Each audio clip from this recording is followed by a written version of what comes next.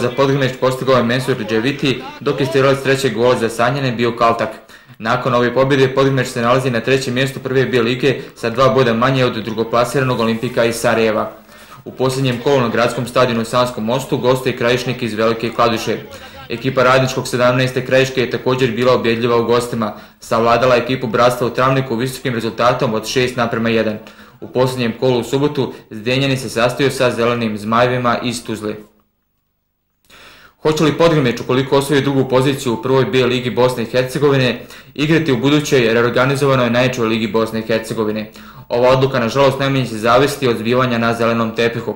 Ipak, da bi ova varijanta uopće bila u pitanju, Podgrineć treba da preskoči prepreku zvana Krajišnik iz Velike Kladuše. Podgrineć će učiniti sve da ostvari što bolji plasman u okviru prve B lige Bosne i Hercegovine bez obzira na sve kalkulacije oko toga kako će izgledati buduća jedinstvena liga zemlje. Ovo je zaključak rukovodstva kluba iznesen na današnjem sastanku sa predstavnicima medija. Od medija je zatražena podrška u animiranju sanske javnosti i stvaranju pozitivnog ambijenta pred subotnji meč posljednjeg kola protiv Krajišnika iz Velike Kladuše.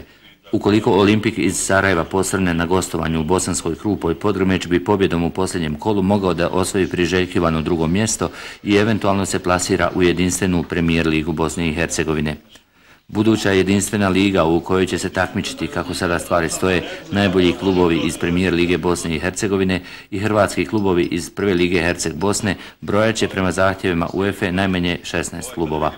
Još uvijek se ne zna da li će drugoplasirani tim iz prve B lige obezbijediti učešće u novoformiranoj ligi. U javnosti su se nedavno pojavile 3 varijante izgleda nove lige. Nijedna varijanta ne predviđa učešće drugoplasirane ekipe iz prve B lige.